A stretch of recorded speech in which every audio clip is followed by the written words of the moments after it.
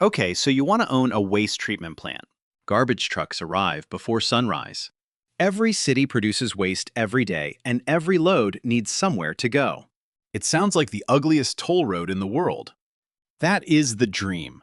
The problem is that garbage is not a single product, and a waste treatment plant is not just a big machine that charges trucks at the gate. It is a permitted industrial system that takes society's most inconvenient material, separates the parts that still have value, burns or treats the parts that can be destroyed, controls the pollution that this process creates, and then finds somewhere legal to put whatever is left. From the outside, the business looks protected. Nobody wants a competing plant next door. Local governments need disposal capacity. Industrial customers need a legal endpoint for materials they cannot keep on site. A plant with permits, contracts truck access, grid connection, trained operators, and community approval can feel like a miniature monopoly. Ownership begins with that comforting thought. People keep producing waste in good economies and bad ones. Restaurants throw out food. Households fill bins. Hospitals, factories, laboratories, warehouses, construction sites, and shopping centers all produce streams that need collection, sorting, treatment, recycling, combustion, stabilization, or disposal. Somewhere in that flow, it appears, an owner can stand at the gate and charge by the ton. The first reversal arrives before the first truck enters. You are not really buying garbage. You are buying permission to touch garbage in a specific way at a specific site under specific limits, with a balance sheet strong enough to survive when the waste is dirtier than expected, the plant shuts down, the ash has nowhere cheap to go, the power price falls, or the local community decides the smell trucks and emissions are no longer tolerable. A waste treatment plant is easiest to understand as a toll booth attached to a chemistry problem. The toll booth is the tipping fee, the price charged when a hauler brings waste to the facility. The chemistry problem is everything that happens after the gate closes.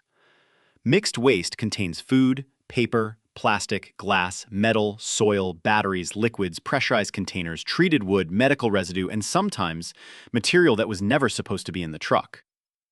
A landfill can bury some of that. A recycling plant can recover part of it. A composting or anaerobic digestion facility can handle selected organics. A hazardous waste facility can treat particular dangerous streams. A waste-to-energy plant burns residual municipal waste, turns heat into steam, and uses that steam to make electricity or heat. This video is about the owner who wants the more industrial version of that business, a large treatment plant, especially the waste-to-energy and advanced disposal model that cities use when land is scarce, regulations are tight, and waste cannot simply be dumped cheaply forever. The visible asset is a building with a tipping floor, cranes, furnaces, boilers, scrubbers, turbines, conveyors, control rooms, ash handling, wastewater treatment scales, truck lanes, and maintenance shops. The hidden asset is a portfolio of permissions and contracts. The permission comes first. In the United States, a municipal waste combustor is regulated under the Clean Air Act, and EPA rules for large municipal waste combustors apply to units burning more than 250 tons per day. Those rules focus on pollutants such as particulate matter, carbon monoxide, dioxins and furans, sulfur dioxide, nitrogen oxides, hydrogen chloride, lead, mercury, and cadmium. If hazardous waste is involved, the gate becomes even narrower. A treatment, storage, and disposal facility needs a RCRA permit from the EPA or an authorized state agency, and the permit has to define what the facility may handle, how it monitors emissions and groundwater, what corrective action is required if contamination appears, and how closure will be funded when the site stops operating. That last detail is easy to overlook because closure happens at the end of the asset's life. Lenders do not overlook it. Regulators do not overlook it. A waste plant can earn money for decades and still leave behind ash residues, contaminated equipment, tanks, pads, liners, wastewater systems, or soil problems that have to be managed after revenue stops. Financial assurance is the rule that forces an owner to prove that someone will have money to close or clean up the facility, even if the operating company is weaker later. In plain English, the owner has to set aside credibility for a future bill that may arrive after the business stops being attractive. Before revenue, there is land. The site has to be close enough to waste generation to avoid expensive trucking, but far enough from voters' homes, schools, and political pressure to survive permitting. It needs road access for heavy vehicles, enough buffer land, water and sewer connections, grid interconnection if electricity will be sold, and geotechnical conditions that can support heavy equipment and foundations. The best site is near the waste, near infrastructure, and far from outrage. That combination is rare. Then the owner starts buying the actual machine. A tipping hall by itself is not the expensive part. The serious money goes into cranes that feed the waste combustion lines, or treatment trains, boilers, turbines, air pollution control systems, scrubbers, baghouses, continuous emissions monitoring, wastewater treatment, ash conveyors, fire protection, odor systems, spare parts, control software, and redundancy. EPA's own public guidance says a new municipal solid waste combustion facility typically requires at least $100 million to finance construction, with larger plants needing 2 to 3 times that amount. In today's financing environment, once engineering, land, interconnection, permitting, contingency, interest during construction, owner's costs, and startup losses are included, a serious regional facility can easily become a few $100 million commitment before the owner knows whether the waste stream will behave. Financing creates the first structural trap. Cities and private developers like these plants because they solve a physical problem. Bond markets and infrastructure funds like them when there is a long-term waste contract. Lenders see daily garbage collection and imagine stable volume. The danger is that the plant's debt service starts on a schedule, while the plant's operating performance may not. Construction delays, failed commissioning tests, community challenges, or technology problems can make interest accumulate before the facility earns its first dependable dollar. The entry price is also not just money. A plant needs a waste supply agreement. Without it, the owner has built an expensive mouth with no guaranteed food.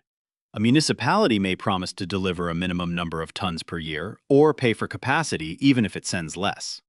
That sounds wonderful until the contract is read closely. The city may have price protections, political leverage, recycling targets, contamination rules, renewal options, or termination rights. A private hauler may send waste only when your gate fee beats the landfill. Industrial customers may pay high prices for difficult material, but that revenue arrives with more documentation, more liability, and more risk if a shipment is mischaracterized.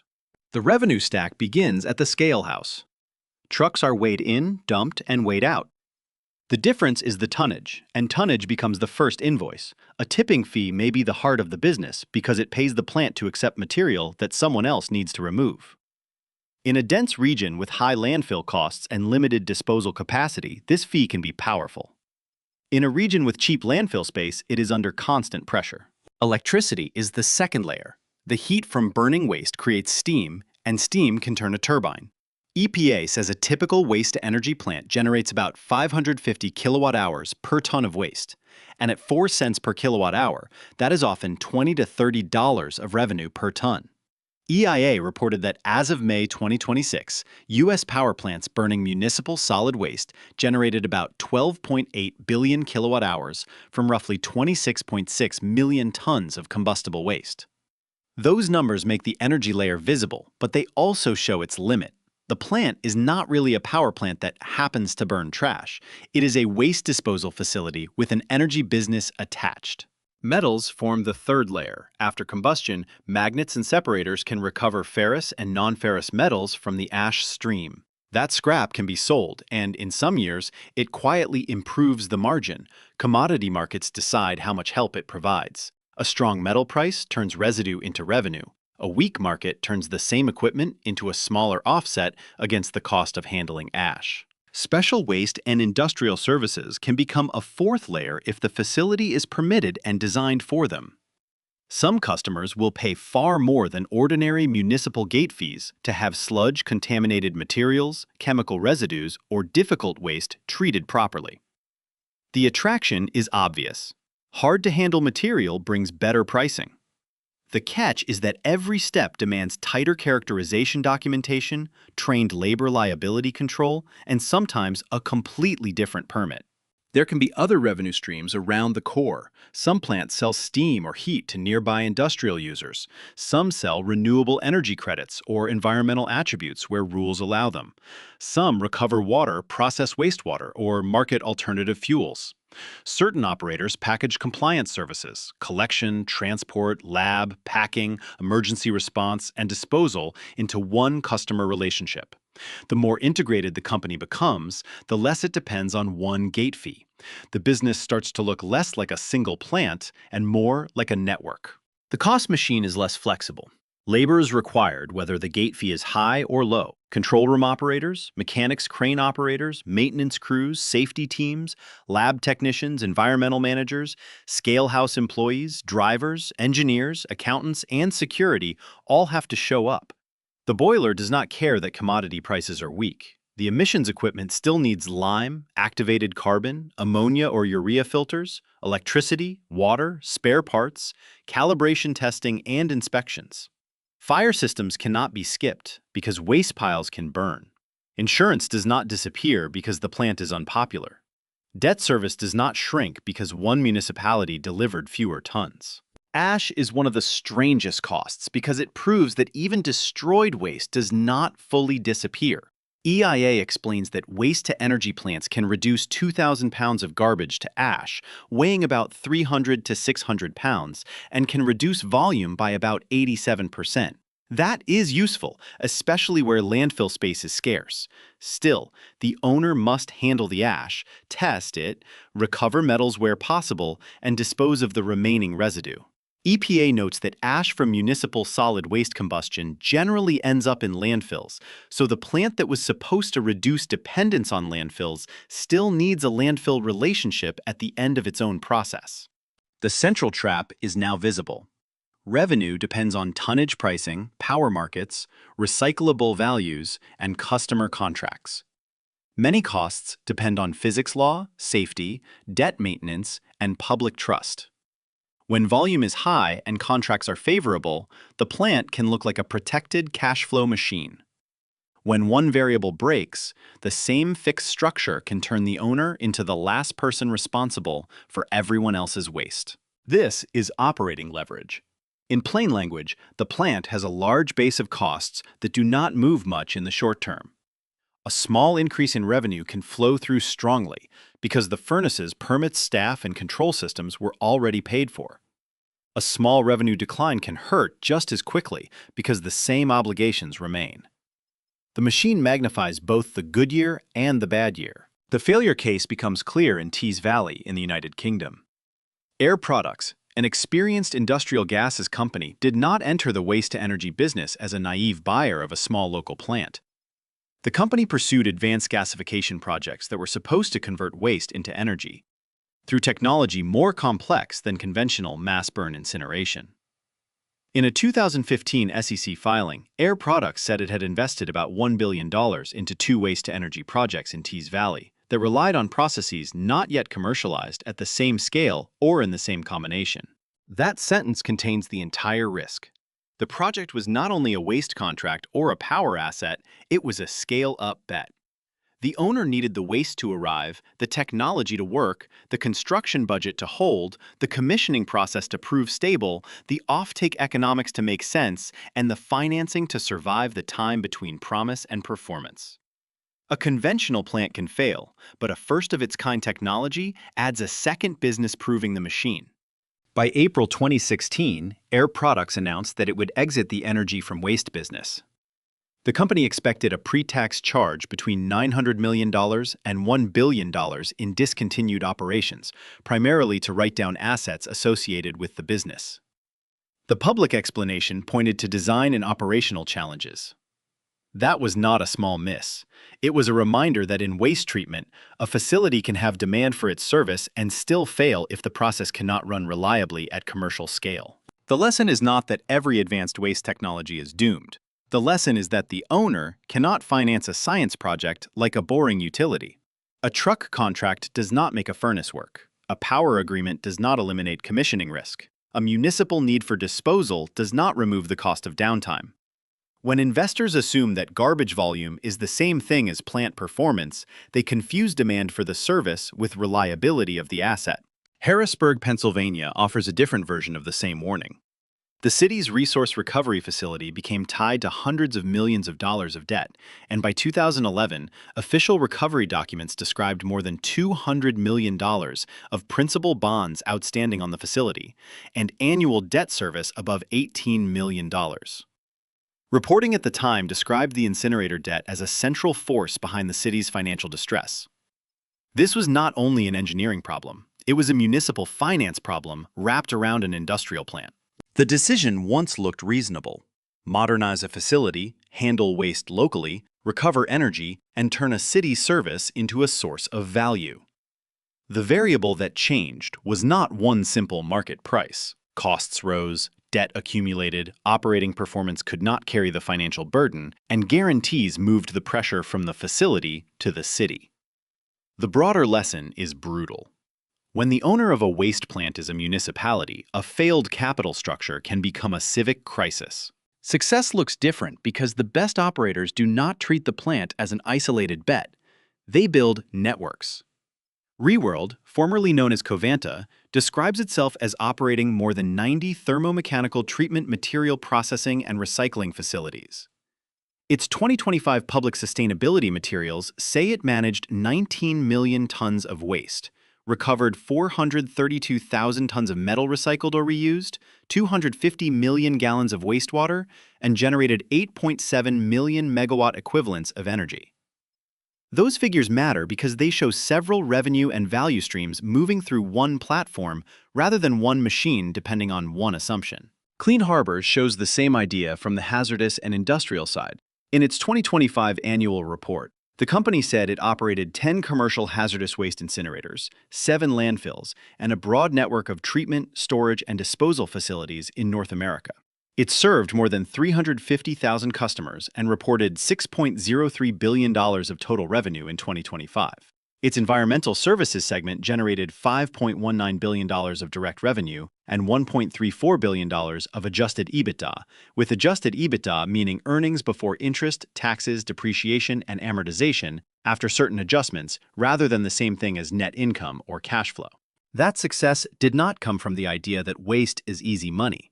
It came from permitted scarcity, customer relationships, logistics, trained labor, compliance systems, emergency response capability, and a network that could absorb volume across different facilities. A factory with a dangerous waste stream does not only want a low price. It wants documentation, legal finality, reliability, and a counterparty that will still exist if regulators ask questions later. That is why a permitted disposal network can have pricing power, even when the material it handles is unpleasant. Bargaining power still cuts both ways. A city can become the anchor customer that makes a plant financeable, but the same city can also become the political actor that fights price increases. A power buyer can purchase the electricity, but often at wholesale or contract prices the plant cannot control. A regulator can approve the permit, then tighten monitoring requirements later. Nearby residents can challenge expansions or demand emissions data. A landfill competitor can undercut pricing if disposal capacity is abundant. The owner may feel protected by permits, but the plant survives inside a circle of stakeholders with different forms of leverage. Now run a simple owner model. These figures are illustrative, not the reported results of one specific company. Imagine a regional waste-to-energy treatment plant designed to process roughly 1,500 tons per day, and about 500,000 tons in a normal year after planned downtime. At an average gate fee of $95 per ton, the facility collects about $47.5 million from waste acceptance. Electricity adds another layer. If the plant produces roughly 550 kilowatt-hours per ton and sells power at an average realized price of 4.5 cents per kilowatt-hour, the energy revenue is about $12.4 million. Recovered metals, special waste fees, capacity payments, and other services add perhaps $10 million. Total revenue lands near $70 million. The cost side starts eating immediately. Labor, benefits, maintenance, reagents, utilities, testing, ash handling, environmental staff, insurance, property taxes, security, administration, and third-party disposal might consume $43 million. A prudent owner also reserves perhaps $8 million for major maintenance and periodic overhauls because boilers, turbines, cranes, and emissions equipment do not forgive underinvestment. Before financing, the plant produces around $19 million of cash-like operating surplus. That sounds healthy until the capital structure arrives. Suppose the project cost $350 million and was financed with 55% debt. At an interest rate near 6.5%, annual cash interest on roughly $193 million of debt is about $12.5 million before any scheduled principal repayment. Add $5 million to $7 million of amortization or required debt service reserves, and the equity owner may be left with only a modest pre-tax cash return in a normal year. The plant is open, the trucks are coming, and the furnace is running, but the economics are not a cartoon pile of money. They are a negotiation between gate fees, uptime maintenance, and debt. Change one variable, and the picture shifts. A recession reduces commercial waste recycling programs pull more combustible material out of the stream. Landfill competition caps the gate fee, and power prices fall. Instead of 500,000 tons, the plant takes 425,000 tons. The gate fee revenue drops to about $40 million. Energy output falls with volume, and the realized power price slips, bringing electricity revenue down toward $8 million. Metals are weaker too. Total revenue may fall from $70 million to roughly $56 million. Costs do not fall the same way. The control room is still staffed. The scrubbers still run. Insurance permits testing, maintenance, and security remain. Ash still needs a destination. Maybe operating costs fall from $43 million to $39 million, and major maintenance can be delayed only so much before reliability suffers. Debt service remains around the same level. A normal year cash cushion can disappear, and a plant that looked stable can move into negative cash flow without a dramatic collapse in physical demand. The future makes the business more important and more difficult at the same time.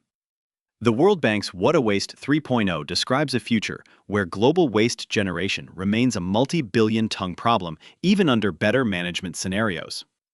More waste means more need for controlled infrastructure. At the same time, public tolerance for emissions is falling. Landfill methane is under more scrutiny. PFAS and other persistent chemicals are changing what customers and regulators expect from treatment and recycling. Automation is improving the ability to pull value from the stream before residual waste reaches the furnace. Artificial intelligence and optical sorting may help the owner by reducing contamination, recovering more metal and recyclable material, and improving fuel consistency. Those tools can also hurt the owner if they remove high-energy material from the waste stream, leaving the plant with wetter, lower-calorie residuals that are harder to burn efficiently. Extended producer responsibility laws can push packaging companies to fund recycling systems, but that may reduce the volume available for disposal. Carbon policy can make landfill methane more expensive, but it can also make combustion emissions more controversial. Every green change creates a new contract question. That is why the best waste treatment plants of the future may look less like standalone incinerators and more like integrated resource hubs. Trucks arrive with mixed material. Sorting systems recover recyclables. Organics move toward composting or anaerobic digestion where possible. Residual waste goes to energy recovery only when better options are exhausted. Hazardous streams move through specialized treatment, wastewater is treated and reused, metals are recovered. Digital tracking proves where the material went. The owner is no longer just selling disposal. The owner is selling certainty. None of this means a waste treatment plant is automatically a good or bad investment. Financing, location, regulation, technology, feedstock contracts, community acceptance, energy prices, commodity prices, and operator skill can change the result. The figures in this script explain the machine and historical cases. They are not personalized financial, legal, accounting, tax, or investment advice. In this business, the same gate fee can be a safe cash flow for one owner and a debt trap for another. Return to the fantasy. The trucks still arrive before sunrise. The city still needs somewhere for the waste to go. The scale still turns tonnage into invoices. From far away, the plant still looks like a toll booth that nobody wants to compete with. Up close, the machine is different. You thought you were buying garbage. What you were really buying was permits, chemistry, public trust, fixed costs, debt service, emissions control, ash disposal, customer contracts, and the legal responsibility to make society's waste disappear without pretending it is gone. That is the economics of owning a waste treatment plant.